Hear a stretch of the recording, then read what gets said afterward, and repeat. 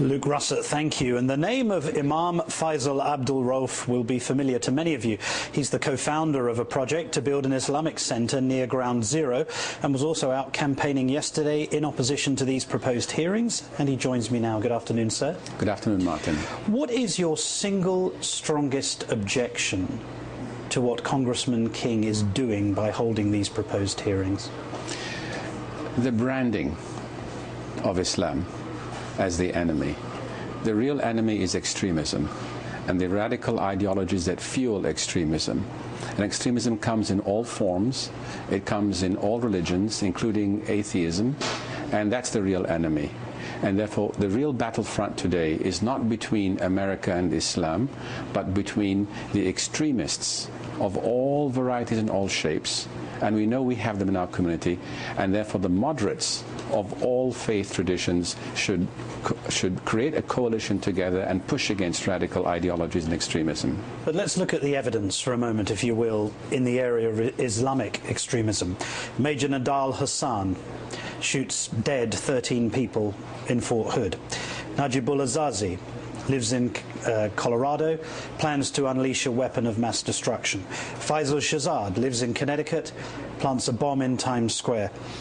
Isn't Congressman King absolutely justified in seeking to discuss homegrown Islamic terrorism, given the evidence of what's gone before? There is no doubt that he is right in focusing on terrorism.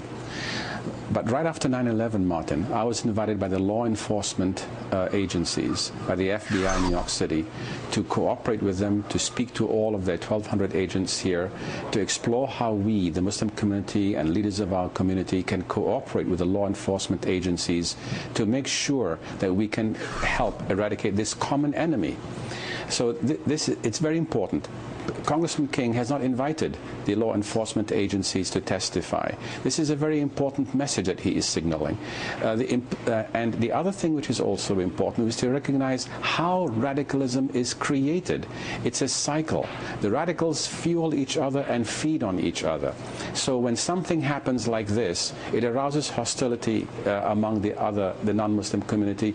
You have a Christian evangelical leader, for example, who says Islam is an evil religion. That becomes the banner headline in the Muslim world, both domestically and, more important, overseas. It arouses hostility there. Then a Danish cartoon, a Danish paper commissions cartoons. It creates hostility in the Muslim world. People in the West begin to say, oh, look, there's no freedom of speech. And you create this cycle, this spiral. It is this spiral that we have to stop. If he really wants to understand what creates radicalization is the radical extremist discourse that comes from all sides, and this is what we have to stop. But in the United Kingdom, for example, the Prime Minister David Cameron has called for an end to passive liberalism. The German Chancellor Angela Merkel has said multicultural deference is over. So it seems to me it's okay to have a discussion about Islamic terrorism in Germany and in Britain, but you're saying not to focus on Islamic terrorism in the United States. That's not what I'm saying, Martin. What I'm saying, terrorism in all its stripes, and what fuels Islamic terrorism is extremism and terrorism and radical ideologies from all sides. Look, what happened in the 60s was Said Qutb wrote an important book which influenced and informed and educated people like Osama bin Laden. And this is the ideology which then fuels extremism. In the West, you have someone like Samuel Huntington, who basically declared Islam as the next enemy after communism.